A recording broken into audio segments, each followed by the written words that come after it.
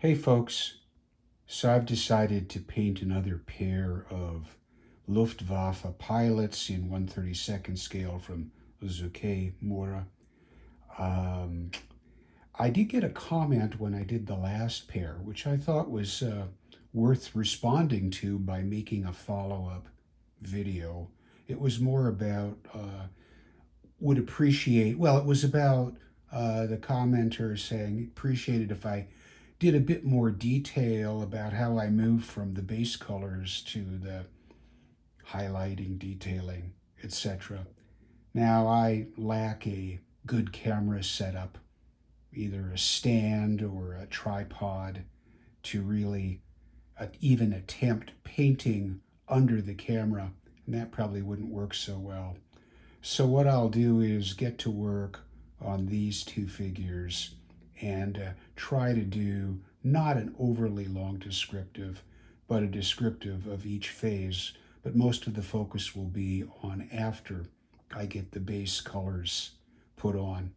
But of course, before I get to that phase, the first step is to assemble and prime the figures. And I do that with first of all, shooting them with a flat black primer and then shooting up onto the figure. And then after that dries, a light spray of white to bring out the contrast between the highlighted areas and, of course, get that dark embedded into the creases and crevices. So that's what I did this afternoon, was assembled these two pilots, the two pilots in the group, and then primed them. The next step will be I'll again apply the base colors, which is what I sort of think of as just paint by numbers, or or a coloring book. Just fill in all of the places with a base color for each section, whether it's uniform or boots or cap or skin tones or life vest.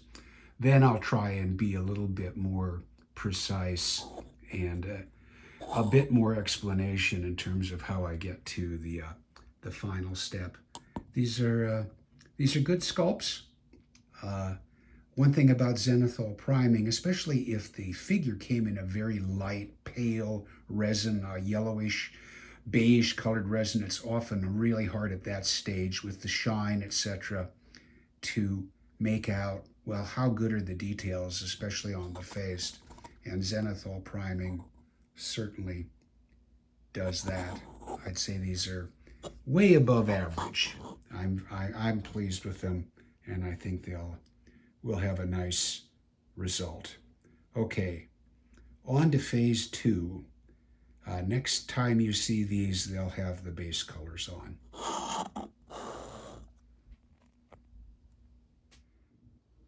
Okay, I got the base colors applied to these two Luftwaffe pilots. At this point, the only notable things that I'll mention are I glazed on 4 or 5 very thin coats of Vallejo Brown Rose as the skin tone for both of these pilots. Very thin applications. The next step, of course, will be detailing the face. As far as the other base colors, they're the same grouping that I used on the previous pair of Luftwaffe pilots, except for the jacket.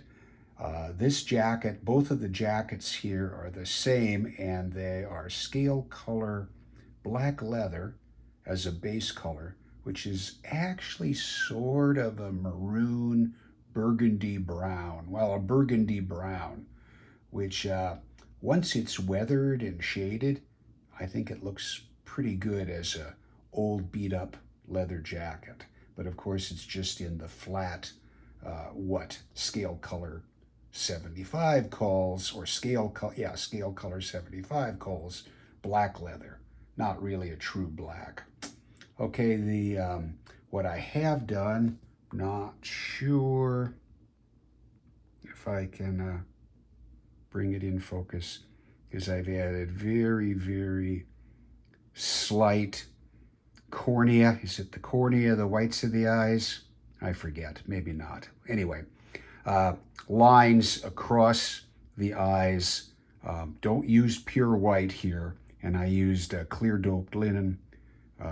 I always try to do the eyes as soon as possible, because if you get those wrong, everything else looks wrong. You might as well get those set and fixed this is my view, as soon as possible into the face, and then proceed with highlights, beard effects, darkening. Right now it's all just a single shade. So that's this fellow. And the other guy has got the same base skin tone, Vallejo Model Color Brown Rose. You can see, I think, a little bit of the whites of the eyes on that eye. May not be terribly visible on this one. So we'll be dotting those and putting some pigment, giving the eye color something to work with next, and go from there. Blue iris is in, pilot number 1.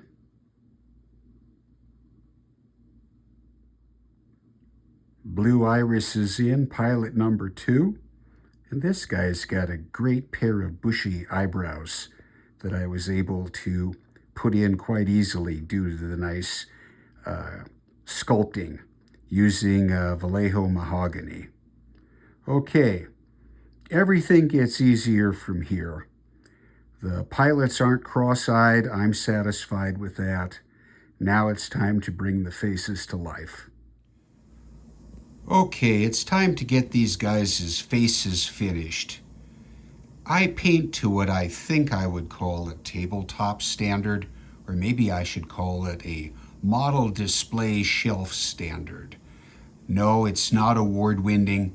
It isn't overly complicated. And if anything, it's probably a bit subdued. I think the term tabletop standard probably comes from wargaming, where you're painting up miniatures so that they'll have a nice look on the tabletop or the game board as you're playing with them. And I'll readily admit that my figures probably don't have enough pop or pizzazz for that. They're, if anything, understated. I could push things further, much further in terms of contrasts, bringing out features. I just don't do that. So what I do is, from here on with the faces, is a fairly straightforward and pretty routine and regimented process, which is highlighting, then shading, and then lastly blending or glazing. And by highlighting, I am accentuating the brighter areas of the face, the bridge of the nose, the forehead, the edges of the ears, the upper portions of the cheeks or the cheekbones, the chin. And I generally do that by taking my base color and cutting it down or brightening it up with a lighter colored skin tone that's complementary, or sometimes with white. I don't go to, for example, using, say, brown rose, which is my base color, and then switching over to Vallejo's light flesh. I think it's just too stark a contrast, although of course you can blend that in. But I may add a few drops of light flesh color into a brown rose to get what will be my lightning shade.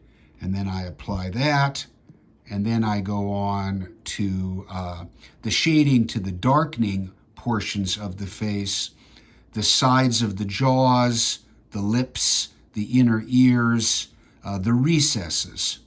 And then finally I try to bring it all together, maybe by glazing on my original base color really, really thin, or sometimes dry brushing a bit, just using a dry brush to sort of blend in everything so it doesn't look like abrupt transitions between the lighter areas, the base color, and then the darker shaded areas. So my next step now, and I'm using, of course, the same base color for both of these figures so that I can just do one right after another without making the mistake of dipping my paintbrush in the wrong paint. Yes, I've done that before. And so I'm going to put the highlights now on, mix up a little bit of my highlighting color, which is going to be a combination of a few drops of Vallejo Light Flesh into Vallejo Brown Rose, and then apply them to bridge of the nose. There's a little bit of forehead showing there, the outer ear, edges, back edges of the ears, chin area, and probably the upper lip. And that's what I will do next on both of these figures. Just for comparison, Brown Rose undiluted there on the right, Vallejo Light Flesh on the left, and I've mixed the two together way more than I probably should have, and that's where the mixture is right now. I may be a bit darker than I want, but I can always accentuate that by adding a little bit more of the light flesh into that mixture in the middle. So you can see the contrast. Yeah, it still tends to be pinkish brown, closer probably to the base color, but I just think that that light flesh, it's just basically almost an off-white. So that's where I'm going to start out with in terms of the highlights, this middle shade, and then maybe lighten it up. So I'll get going on that. Okay, so I've applied some highlights or lighter accents to the bridge of the nose, the upper lip, the chin, the top of the cheeks there. And still a little bit shiny because I did use a little bit of flesh wash to draw a line across the lips. That does produce a bit of a gloss until you dull it down with some matte finish, but that'll come on later. Of course, none of this stuff is really blended in yet, but we're getting there. Going to be doing some cheekbone glazing to put in a shadow, a 5 o'clock shadow, and then trying to meld it all together. So that's this, which is basically the blend of rose brown and light flesh applied as highlights in the areas I mentioned. Then a little bit of the Army Painter flesh wash drawn across the lips in the creases of the cheeks. Oh yeah, the inner ear there. So that's one guy. Let's see how the other one turned out. Let's see, where are you there? There he is. He's got kind of a shiny chin right now. And look at those big bushy eyebrows. Probably have to tone those down a bit. They're awfully dark. That's mahogany. Yeah, see the effect with the light coming on. And again, I put the highlighted skin tone on the upper lip, the tops of the cheeks, in this case the forehead and the chin. We'll be doing some cheekbone, jawline glaze, and then trying to blend it all together, dull it down, see how it all looks at the end of the day.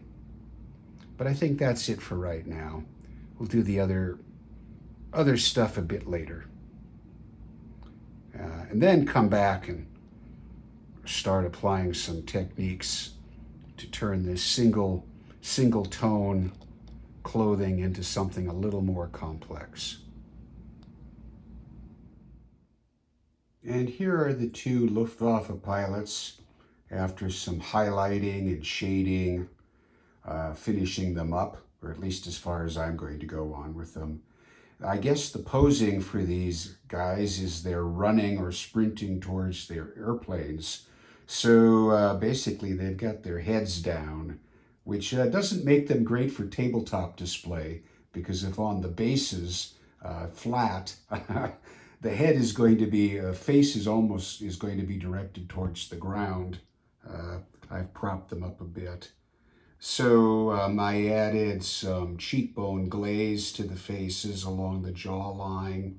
I added a light brown wash to the life jackets. I darkened the flight jackets, which were in that scale color black leather, which is actually a maroon or a burgundy color. I put a black wash on it, and then I dry brushed it with a little bit of light gray to age it.